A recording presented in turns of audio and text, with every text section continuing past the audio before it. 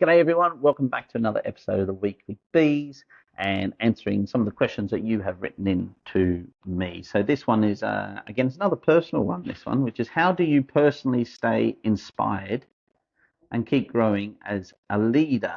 That's a really interesting. I did a podcast recently with Andrew Tallents, and you'll be able to see it if you Google it. We'll put the link below in the comments.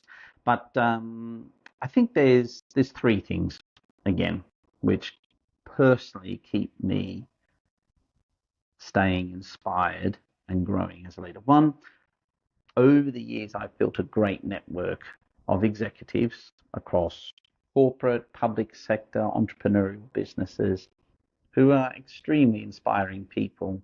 And that network is amazing. I've always said, having lived in various different countries around the world, that places are shaped by the people you meet. And a place doesn't have to be necessarily a physical location, but a place can be your work and where you operate and how you operate. And where I am at Six, the people that I've met across the last 20 years have been amazing. And that keeps me inspired to want to both be a great provider and counsel to them, but at the same time also be inspired by them as well. Next is my team. I've seen the team grow from, people who have got relatively little experience in the business to growing to become senior client partners and very, very successful in the business. I mean, we even have two people here that met, fell in love, and now have a family of 3 children. Amazing.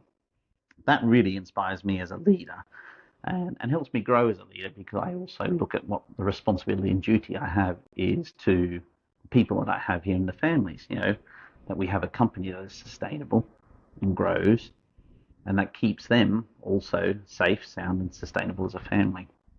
And then the other one is, I think also probably a little bit of ego.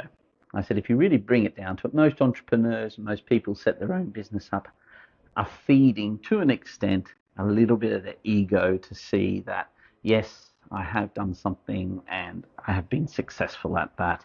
And that drives me as a person. I started my own business because I wanted to be seen in my own right as successful. Success can, of course, be interpreted in many different ways. But it is something that inspires me each day to become better at what I do as well. So I'd love to hear what drives you and what keeps you inspired as well. So put your comments below. See you next week on the Weekly Bees.